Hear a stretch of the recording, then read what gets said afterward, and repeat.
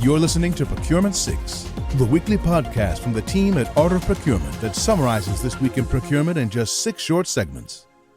Hi there, I'm Philip Ideson, and today is Friday, November the 11th, 2022. 6. How can we measure the impact of our procurement team beyond the savings that we achieve? Is a question that we receive frequently here at Art of Procurement. And in my experience, procurement successes in most organisations is measured by outside executives not by hard numbers, but by their perceived value that procurement brought. And in fact, one of my often repeated mantras is that you're more likely to be fired by exceeding your savings goals but upsetting the business in the process than you are missing your savings goals, but your stakeholders speak really highly of the support that they received from you. Now, it's really difficult to measure this, but the good news is that it's not impossible. For situations like this, Net Promoter Score is a great metric to track to understand the perceptions of your value proposition across the business. Net Promoter Score is a widely used market research metric that is based on a single survey question asking respondents to rate the likelihood that they would recommend a company, a product, or a service to a friend or colleague. So ask your stakeholders to rate your support after every project. On a periodic basis, you can do that at an organizational level or departmental level, or just include it in your email signature. Gathering this data over time is going to provide a great baseline on how your value proposition is perceived and provides a roadmap to grow should your results be less than optimal. 5. In this week's Art of Procurement podcast, I had the opportunity to speak to Matthias Gutzmann, the founder of Digital Procurement World, or DPW, which is the procurement event that's taken Europe by storm. I've known Matthias for a long time, and so it was great to reconnect and learn a little bit more about his philosophy for building DPW.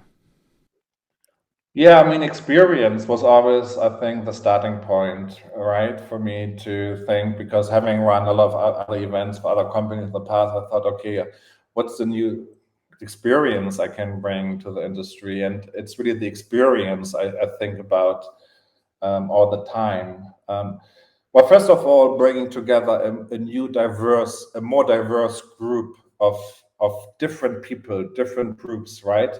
Be it different jobs, different functions, different age groups, young talent itself changed completely the dynamic and the feel and the energy that you have at a conference. So just focusing on that, which is focus on the people that you bring together, will really change how you experience the event. That's one thing. The other thing is I always looked at the venue, right? The venue is something that is very important, and I always stay away from hotels. We went into the Beurs am Berlage, which is a monumental former stock exchange building in Amsterdam, which is just a very impressive venue. I think it's still a venue where you go in, actually it's all there, AV and catering. The future of the conference will be even more customization, building everything from the ground up. So completely customized event to give it a really, a DPW branding and an experience that's even more unique. Do not miss this episode of the Art of Procurement podcast. You can find it at artofprocurement.com/podcast or on your favorite podcast listening platform. 4. This week, we celebrated the 7th birthday of Art of Procurement, and in that time, we've amassed over 900,000 downloads, which is definitely something I could never have imagined all those years ago when setting up the podcast. Now, I'm often asked which is my favourite episode, and I can say honestly that I've enjoyed many different conversations for many different reasons over the years. But 7 years later, I'm still surprised sometimes at which episodes get listened to more than others. All the way back in 2017, I interviewed Apple co-founder Steve Wozniak on innovation, and we made a really big fuss about that because it was such a big deal for us to get Steve onto the show. I was convinced that this is going to take us to the next level.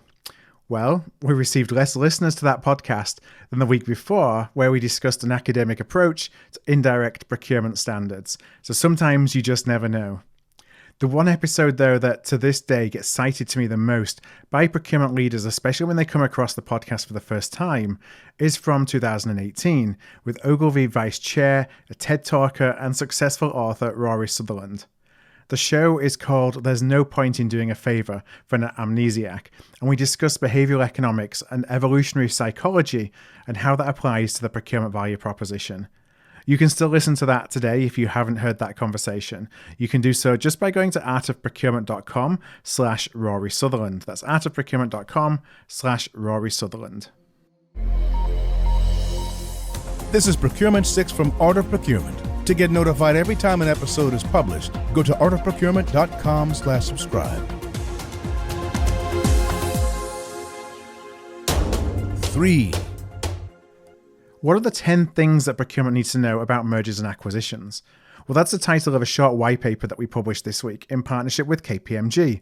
It was based on the recent AOP live webinar that we hosted with Chris McCarney, the Principal for Procurement and Outsourcing Advisory, and Marcos Cortez, the Managing Director of HCLS Strategy, both at KPMG. Here are 2 things from the paper. 1. Most procurement professionals are going to experience at least one merger, divestment, or acquisition during their career. The message here is that you need to be prepared. And 2, procurement-related synergies often represent a significant percentage of anticipated deal value and a significant cause of value leakage. M&A support provides a fantastic opportunity for procurement to drive real value for our businesses, but we can only do that when we're involved and when we're involved early. So check out the full paper at artofprocurement.com/resources to hear the other 8 need-to-knows, so you're ready to be called on before the deal due diligence is completed. 2. A debate on LinkedIn caught my interest this week with regards to the relevance of CIPS, the Chartered Institute of Procurement and Supply, who are one of the world's leading procurement associations. I came across an article written by Peter Smith. Peter's a regular Art of Procurement guest and a former president of CIPS. It was titled, New CIPS Chair Faces Challenges, Competition, Content and Community Top of the List. Now the post lays out all the different challenges that are ahead for CIPS and how it's evolved as an organisation over the past 20 years. The journey that is taken is similar to other industry associations around the world, from being the beating heart of the profession, the meeting point for procurement professionals, and the leader in setting best practices, to ultimately what a number of these organisations are today, which is mostly around training for those entering the profession and events businesses. Now, the biggest miss for me is that organisations like CIPS and others that cover major geographies is the evolution of their purpose, or perhaps more realistically, my perceptions of their purpose. I looked at these types of organisations as our representatives to advocate for procurement outside of procurement, to help grow our profession and the relationships we have with other professionals, either directly or through their industry equivalents. And I haven't observed any procurement organisation really do this for a number of years. Instead, procurement is typically advocated to non-procurement executives by services and software companies who have to sell the potential value of procurement, good old consultative selling, and therefore their own role in helping a company achieve that vision. Now, with every challenge, however, comes an opportunity.